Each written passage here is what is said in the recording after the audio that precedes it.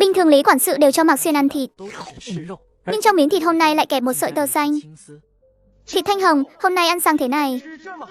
Chắc không phải là bữa cơm tiễn biệt đấy chứ. Sau khi Lý quản sự bị quản sự giả trai mỉa mai, khiến hắn vốn đã nôn nóng lại càng thêm sốt ruột. Để đẩy nhanh việc làm gia nhân Trúc Đăng, lúc này mới lấy thịt thanh hồng cho Mạc Xuyên ăn. Vốn định thử xem bản thân có thể tự giải quyết rắc rối không, nhưng xem tình hình hiện tại, vẫn cần phải thắp hương cho lão gia tử rồi. Ăn thịt xong, Mạc Xuyên đem tu vi của mình ép xuống mức vừa mới chạm tới nhị giai. Sau đó mới để Lý quản sự thăm dò. Nhưng thực tế sau khi tiêu hóa hết bữa ăn này, anh đã gần đạt tới trình độ tứ giai rồi. Tốt lắm, không uổng công ta bồi bổ cho ngươi. Thật ra căn cơ của ngươi không tốt lắm.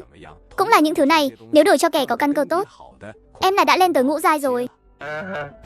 Đây là chủ pháp của Dạ Lang Quân, ngươi cầm lấy mà xem. 2 ngày này sẽ bồi bổ thêm cho ngươi, để củng cố căn cơ cho thật chắc. Bồi bổ kiểu này, ngày mai chắc là lên được tam giai rồi, lúc đó sẽ có ích cho tứ gia. Đúng vậy, có chút đạo hạnh thì có thể ra sức cho tứ gia rồi. Trong trang cũng có thêm người gánh vác.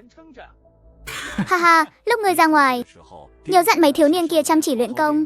Ngươi xem da của bọn chúng có dấu hiệu nổi ánh kim không? Nếu thấy rõ rệt thì tối nay gọi hết bọn chúng vào trong viện. Đã rõ. Thỉnh thần pháp của nhiên là bản lĩnh của Dạ Lang Quân. Xem ra bộ mặt thật của Lý quản sự sắp lộ ra rồi. Sau khi Mạc Xuyên đi tới sân trước, chỉ thấy những thiếu niên đang luyện công kia, dưới da ẩn hiện dòng chảy ánh kim, nhưng không rõ ràng lắm. Thậm chí anh còn ngửi thấy một mùi hương. Hôm qua đám thiếu niên này vẫn còn bốc mùi hôi, sao đột nhiên lại thơm thế này? Các ngươi có phải đã ăn gì không? Tất nhiên rồi, chủ nhà đã cho chúng tôi ăn thịt đấy. Nghe thấy lời này xong, Mạc Xuyên cũng không nói gì thêm, mà chạy đi làm cùng nhóm người tới cùng đợt, dặn dò bọn họ tự chăm sóc bản thân cho tốt, tìm cơ hội mà rời khỏi đây. Nhưng điều khiến Mạc Xuyên bất ngờ là nhiều người trong số họ không muốn đi, thậm chí còn muốn hẹn ở đây, vì nếu cuối năm mà bay màu ở đây, gia đình họ sẽ được đền bù rất nhiều tiền. Giữa chừng, Lý quản sự đi ra đòi lại số tiền đã đưa cho anh. Hắn đi ra ngoài một chuyến rồi quay về, lại dắt thêm 2 thiếu niên nữa về. Sau đó Lý quản sự liền hối thúc anh luyện công. Mạc Xuyên đành phải giả vờ luyện theo, học theo chú ngữ trên cuộn da dê. Chỉ là theo lời niệm chú, Mạc Xuyên cảm nhận được thứ quái dị trong cơ thể cũng bắt đầu tăng trưởng điên cuồng. Anh liền bắt đầu đọc thiếu chữ, ngắt sai câu. Bề ngoài nghe thì không có vấn đề gì, nhưng thực chất nội dung đã thay đổi hoàn toàn. 2 ngày tiếp theo đều như vậy. Trong lúc đó Mạc Xuyên còn tìm được khoảnh khắc vắng người để thắp hương cho lão gia tử, nhưng làn khói trắng kia bốc lên lại như bèo dạt không dễ, không biết phải bay về phương nào. Rất nhanh đã tan biến sạch sẽ. Lão gia tử nhà mình chắc không gặp chuyện gì chứ. Nghĩ đến đây, Mạc Xuyên lại ngắt nén hương thành 4 đoạn rồi đốt. Đây là cách lão gia tử đã dạy anh, gọi là hoán nhân hương đăng xuất. Nhưng kết quả vẫn là sự im lặng đáng sợ. Trong lúc cấp bách, anh đành phải dùng tới chút năng lượng cuối cùng trên phù giấy liên lạc với Vương Phú Quý. Chỉ là không có ai phản hồi, hơn nữa phù giấy đó cũng đã cháy trụi. Lo lắng xuồng cũng vô ích, chỉ còn cách đợi người mà Vương Phú Quý gọi tới mới có thể tính tiếp được. Trưa ngày hôm sau, Mạc Xuyên lại được ăn một bữa đại bổ, giúp củng cố vững chắc tu vi tứ giai. Nhưng anh vẫn che giấu tu vi như cũ, khiến Lý quản sự tưởng rằng anh mới đạt tam giai. Sau đó, Lý quản sự bảo anh gọi đám thiếu niên kia qua đó. Mạc Xuyên nhìn đám thiếu niên đi vào trong viện, rồi không thấy ai trở ra nữa. Lúc này con cáo đen cũng không còn rình rập anh, không biết đã đi theo Lý quản sự làm việc gì rồi. Tuy nhiên, 2 tên tay sai mặt mày như người chết đi ra, đứng canh ngay sát bên cạnh Mạc Xuyên. Tên quản sự này điên rồi sao? Ban ngày ban mặt mà đã ra tay rồi. Mạc Xuyên quay đầu nhìn những người làm khác, lại phát hiện bọn họ như không nghe thấy gì. Dường như tiếng la hét thảm thiết này chỉ mình anh nghe thấy. Anh định rời đi, lại thấy chân như bị đóng đinh xuống đất, không thể nhúc nhích. Chết tiệt, đề phòng vạn lần vẫn dính chưởng. Vương Trúc đại gia bị tà khí xâm nhập cơ thể rồi, mau đưa bọn họ rời khỏi viện này đi. Nếu được thì chạy sang Trang Nam hét một tiếng, nói Trang Đông đã có nước đỏ tràn ra rồi. Nhưng Vương Trúc đại gia không hề cử động, mà lại bảo mấy đứa nhát chết mau đi báo cáo, còn mình thì vẫn cứ lủi thủi làm việc riêng.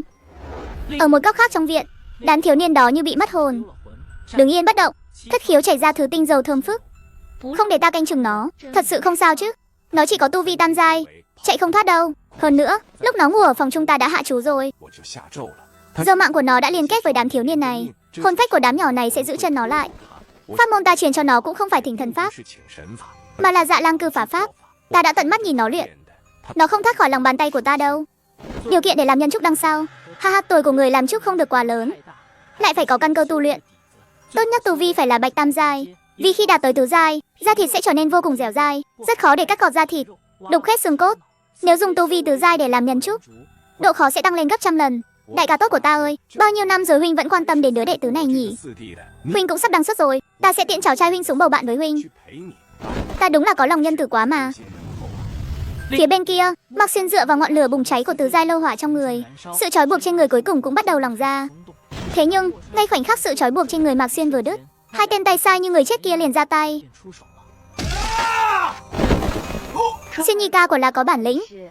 Cũng chính lúc này, từ chân trời một làn khói trắng bay tới, chui tọt vào tai của Mạc Xuyên. Chúng ta hối hận vì thuộc hạ đó đã vào thành rồi. Đang trên đường tới đây, Lý quản sự ở bên cạnh sau khi nhận ra phản ứng của hai tên kia liền vội vàng tung anh quỷ xuất kích. Ta không rảnh tay được, ngươi cũng đi một chuyến đi. Lúc này Mạc Xuyên chỉ cảm thấy xung quanh lạnh toát. Giây tiếp theo, từ dưới đất một cánh tay xương sầu tóm chặt lấy anh. Trong tình thế cấp bách, Mạc Xuyên lập tức thi triển bản lĩnh thiên mệnh thường. Anh nhìn về phía sân của Lý quản sự, sau đó hướng về phía Lý quản sự mà vận một cái, hất văng Lý quản sự đang thi pháp ở đó ra ngoài, phá tan bọn chúng. Nhưng chiêu này tiêu hao một lượng lớn năng lượng của Mạc Xuyên, khiến một bàn tay của anh bắt đầu co giật loạn xạ. Cũng chính lúc này, một con cáo đen nhảy vọt ra, thân hình vặn vẹo, dần dần biến thành một nữ tử tuyệt mỹ. Lang Quân, thiếp có đẹp không? Đẹp, ha ha ha. Biến thân ngay trước mặt ta luôn. Ngươi có vẻ coi thường trí tuệ của ta quá rồi đấy. Hỏng rồi, này ít nhất cũng có tu vi bạch lục giai.